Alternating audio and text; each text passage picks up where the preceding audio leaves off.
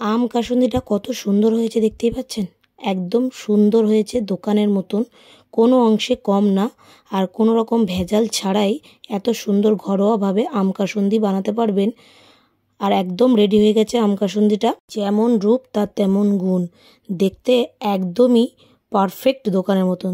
তো নমস্কার বন্ধুরা, আমি চন্দনা, আপনারা দেখছেন চন্দনা কুকিং ডিমস অ্যান্ড ব্লগ। তো বন্ধুরা, অনেক সময় আমরা পকোড়ার সাথে কিংবা এমনি কোনো ভেজিটেবিল কিংবা মাখামুখির সাথে আমরা কাসুন্দি খেয়েই থাকি। সেই কাসুন্দিটা যদি বাড়িতে বানানো যায় মন্দ হয় না। এখানে গোলমরিচ নিয়ে নিয়েছি কম করে 25 গ্রামের মতন, 1 চামচ মেথি, 3টে শুকনো লঙ্কা, জিরে 1 চামচ, আর নিয়েছি ধনে 2 চামচ, 2টো তেজপাতা দিয়েছি। এবারে এই মশলাগুলো কড়াইতে শুকনোভাবে নেড়ে নেব। তো শুকনোভাবে এমনভাবেই নাড়তে হবে যাতে মশলাটা না পুড়ে যায়।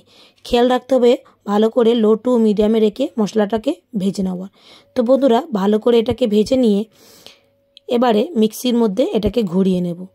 এটা আমাদের একদমই রেডি হয়ে গেছে, তুলে নিচ্ছি। দেখতেই পাচ্ছ বন্ধুরা, বেশি পড়েও নে। এবারে এই মশলাটাকে একটু ঠান্ডা করে নিয়ে ভালো করে মিক্সিতে ঘুরিয়ে নেব। এবারে যে এখানে সর্ষে রেখেছি, 2 রকম সর্ষে, আমি সর্ষেটাকে ভালো করে আগে ধুয়ে নিয়েছি, নিয়ে তারপর শুকনো করে এখানে 25 গ্রাম সর্ষে আছে, কালো সর্ষে 25 গ্রাম, সাদা সর্ষে 25 গ্রাম।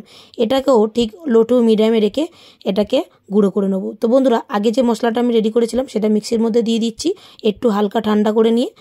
এবারে বাদবাকি মশলাটাও রেডি করে নেবো, মানে সর্ষেটা। আর অবশ্যই তোমরা আম বুঝেই তারপরে মশলাগুলো রেডি করবে।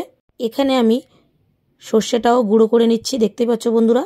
আর অবশ্যই সর্ষেগুলো ভালো করে বাজার থেকে নিয়ে এসে ধুয়ে নেবে, নিয়ে তারপরে রোদে দেবে।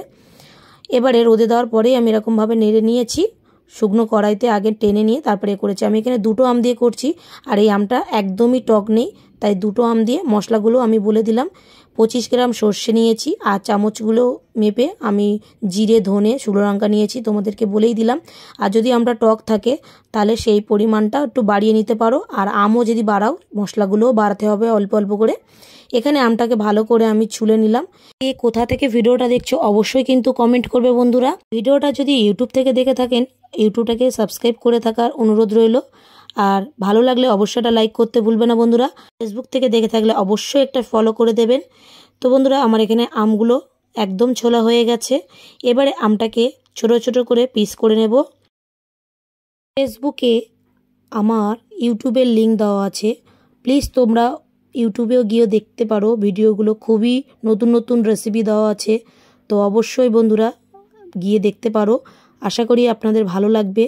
আর ভালো লাগলে অবশ্যই একটা লাইক আর সাবস্ক্রাইব করার অনুরোধ রইল। তো এখানে আমি আমগুলো ভালো করে ছুরি দিয়ে পিস করে নিচ্ছি। এবারে এই আমগুলো একটা বড় মিক্সির মধ্যে নিয়ে নেব। তো দেখতেই পাচ্ছ বন্ধুরা, আমি আমটাকে একদম বড় একটা মিক্সির বাটির মধ্যে নিয়ে নিচ্ছি। আর এখানে যে জলটা ইউজ করব বন্ধুরা, অবশ্যই কিন্তু জলটাকে ফুটিয়ে ঠান্ডা করে নেবে বন্ধুরা। এখানে ডাইরেক্ট এমনি জল দেবে না, নর্মাল জল, তাহলে কাসুন্দিটা ভালো থাকবে না। আমি জলটাকে ফুটিয়ে ঠান্ডা করে তারপরে নিয়েছি। মিক্সিতে ভালো করে একটা পেস্ট রেডি করে নিয়েছি, দেখতেই পাচ্ছ। এবারে একটা বোলের মধ্যে পেস্টটা ঢেলে নিচ্ছি। এই পেস্টটার মধ্যে কিছু উপকরণ অ্যাড করব, যেগুলো আমরা আগে থাকতেই রেডি করে রেখেছিলাম। একটা চালনি নিয়ে নিলাম, এখানে নিয়েছি জিরে, ধনে, যে মশলাটা রেডি করেছিলাম সেটা আগে জেলে নিলাম। এবার উপরে যে দেখো বন্ধুরা শক্ত শক্তগুলো ছ্যাপড়া আছে, এইগুলো আমি ফেলে দেবো। এবারে মশলা রেডি করব, সর্ষে, কালো সর্ষে আর সাদা সর্ষেটা ভালো করে এটাকে মিশিয়ে নেব। আর এটাকে মেশানোর পরে তারপরে এর মধ্যে অ্যাড করব স্বাদ মতন লবণ।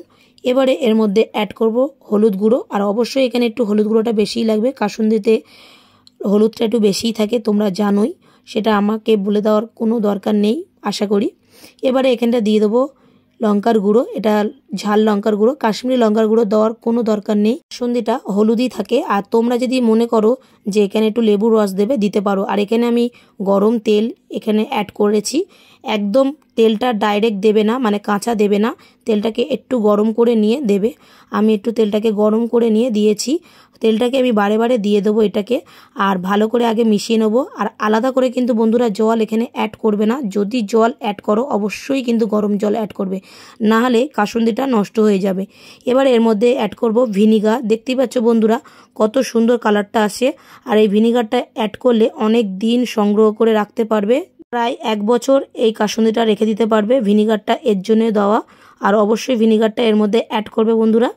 এবারে আবারও ভালো করে মিশিয়ে নেব, আর একবার টেস্ট করে দেখে নেবে বন্ধুরা লবণটা ঠিকঠাক আছে কি না। তো এটাকে ভালো করে রেডি করে নিয়েছি, দেখতেই পাচ্ছ বন্ধুরা কত সুন্দর হয়েছে কাসুন্দি। খুব সহজে ঘরে বানানো যায় এরকম আম দিয়ে কাসুন্দি। এবারে একটা কন্টেনারে আমি ভরে নিচ্ছি, আর অবশ্যই খেয়াল করবে বন্ধুরা এই কাচের কন্টেনারে ভর্তি করার জন্য, কারণ প্লাস্টিকের কন্টেনারে রাখলে কাসুন্দিটা একটা গন্ধ হয়ে যাবে এই গরমের জন্য। আর অবশ্যই এটাকে কন্টেনারে ভালো করে ভরে ফ্রিজে রেখে দেবে 1 বছর। 1 বছর কিছুই হবে না বন্ধুরা, ওর জন্য ভিনিগারটা দেওয়া, আর ভিনিগারটা অবশ্যই দেবে বন্ধুরা। দেখো বন্ধুরা আমার কাসুন্দি একদম রেডি হয়ে গেছে। যে কোনো পকোড়া কিংবা স্ন্যাক্সের কোনো আইটেম হলে ভালোই লাগে, আর কিংবা মাখামুখি কতটা সুন্দর হয়েছে দেখতেই পাচ্ছ। আর বাঙালিদের তো কাসুন্দি ছাড়া চলেই না। কেমন লাগলো অবশ্যই কিন্তু কমেন্ট করতে ভুলবে না। ভালো থাকবেন, সুস্থ থাকবেন।